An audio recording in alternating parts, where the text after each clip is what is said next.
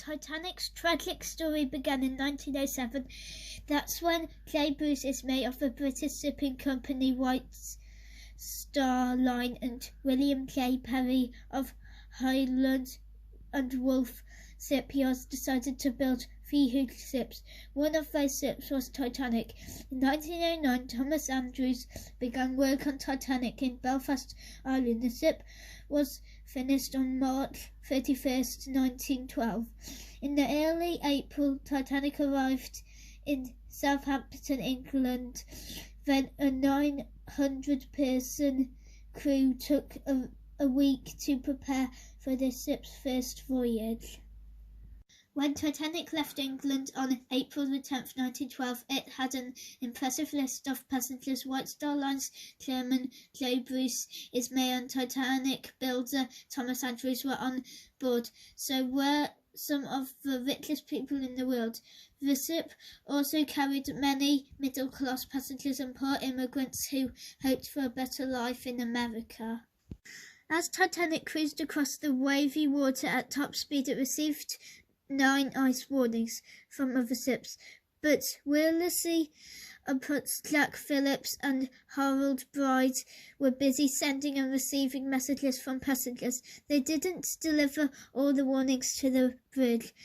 Captain J. Edward Smith seemed to ignore the messages he did receive during the day before dinner. He finally changed the ship's course to the south, but he didn't slow down. After sunset, stars shone brightly in the moonless sky. The air was bitterly cold and the water was glassily smooth. Just before midnight, Frederick Fleet, one of the ship's lookouts, spotted a large dark object in the water. He rang the alarm bell 3 times and shouted, "Iceberg right ahead."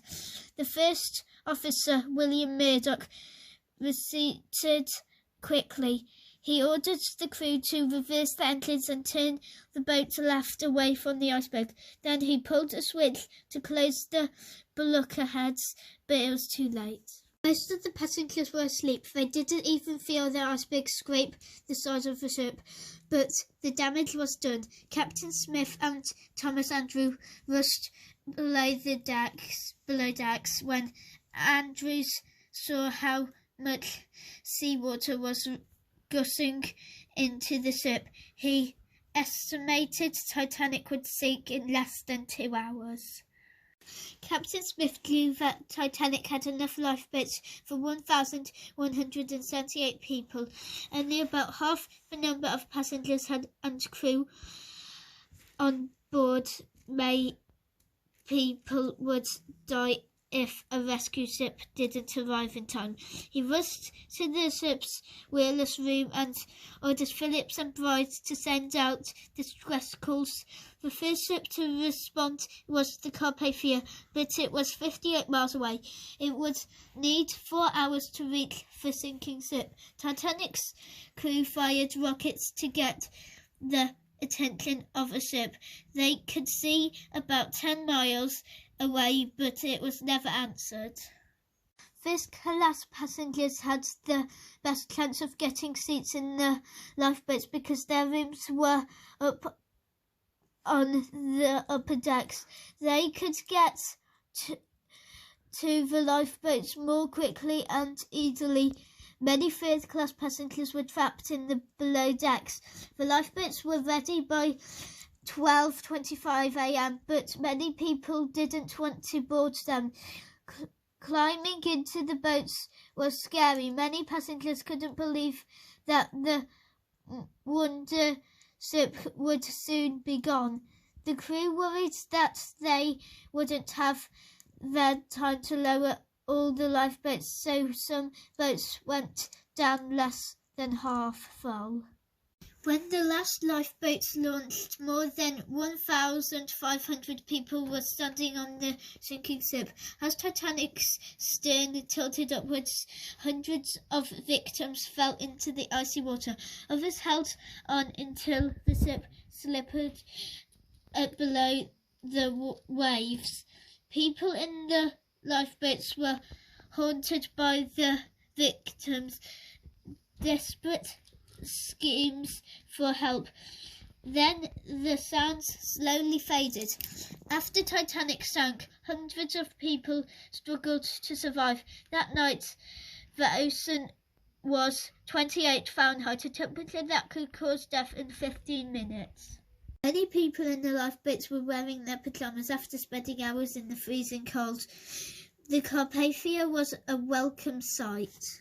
Carpathia's crew had plenty of clothes, blankets and warm food ready for the survivors. They quickly helped the freezing people out of the little lifeboats. By 9 a.m. on Monday, April 15th, 1912, Carpathia was headed for New York with 705 survivors. After the Titanic tragedy, all ships had to have enough lifeboats for everyone on board. A new International Ice Patrol began tracking icebergs and warning nearby ships. News of the disaster spread quickly. No one could believe it. The ship, people said, was unsinkable, had vanished below the waves, and more than 1,500 passengers and crew had suffered a terrible death. Titanic's tragic story began in 1907.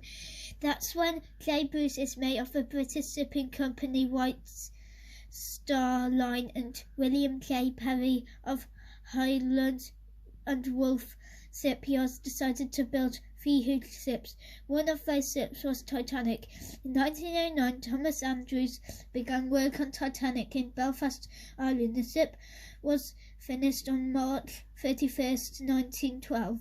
In the early April, Titanic arrived in Southampton, England. Then a 900-person crew took a week to prepare for the ship's first voyage.